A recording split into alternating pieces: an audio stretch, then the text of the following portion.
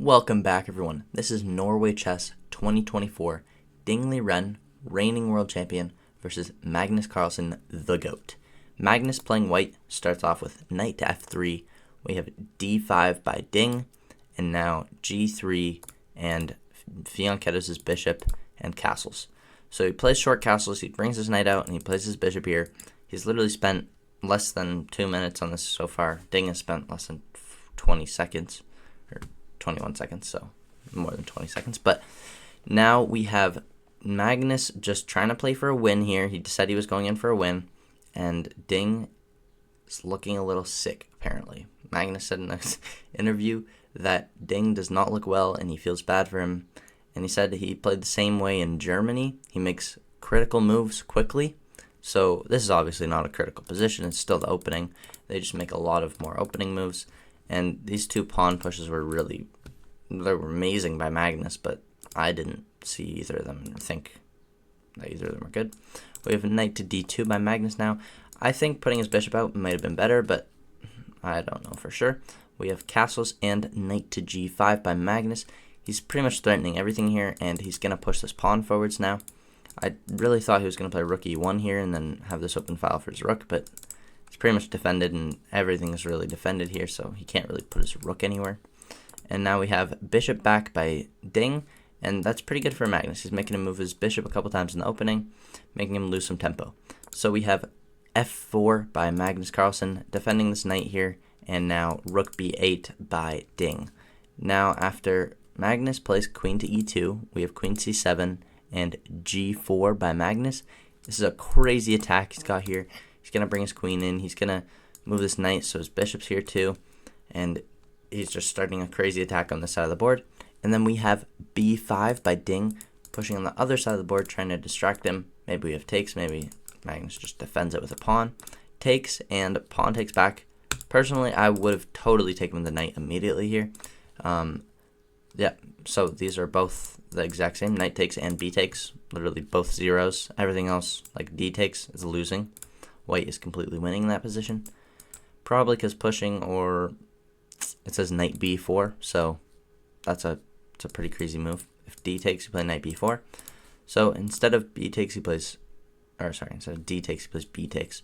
So now we have rook to b6, and now Magnus jumps in with his knight to e4, and now he's putting tension on this, so this isn't under threat anymore. And now takes and knight takes back, bishop to b7, and instead of that, he should have played something like rook to a6 or f4 or f5, because Magnus is going to want to push this f pawn, and he should have tried to stop it.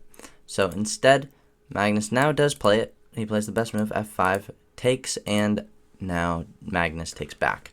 Magnus now has this open, and all of his pieces are just amazingly coordinated on this side of the board. So it looks really good for Magnus right now. We have knight to e5 by Ding, and Magnus attacks it immediately with the bishop. We have defending it with the pawn, and rook to e1, rook a e1 by Magnus, using this open file like I was talking about earlier. And now we have bishop takes e4, Ding trying to simplify, but Magnus just takes back with the queen, and it's going to be a lot better for Magnus now because that was another mistake he should not have taken.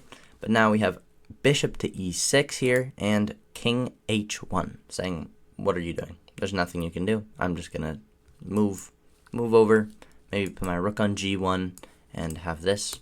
So we'll see what Ding does, and Ding doesn't make the best move, but he plays queen to c5 here, and Magnus just drops his bishop back to g3, and rook d8 by Ding, and Magnus drops his queen back. He's going to start making some threats, drop his queen over here. He's going to be threatening this soon, and now we have knight back and bishop back. So he's trying to not trade down, just trying to stay alive.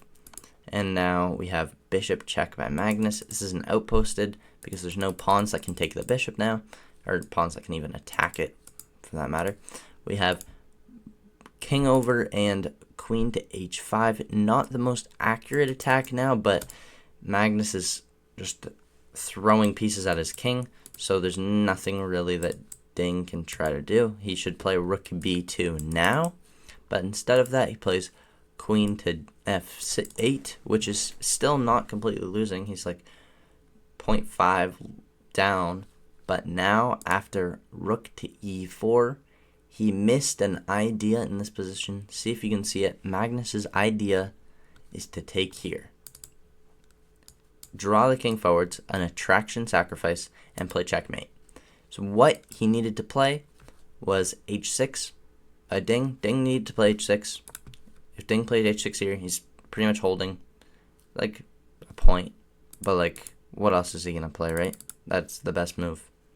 Everything else is completely losing. And instead of that, Ding plays rook b2 now. If he were to play not queen back and then rook b2 on the move before, he'd be completely drawing, but he's 30 minutes and he spent like 2 or 3. Like Magnus was saying, he spent no time on the most critical position in the game.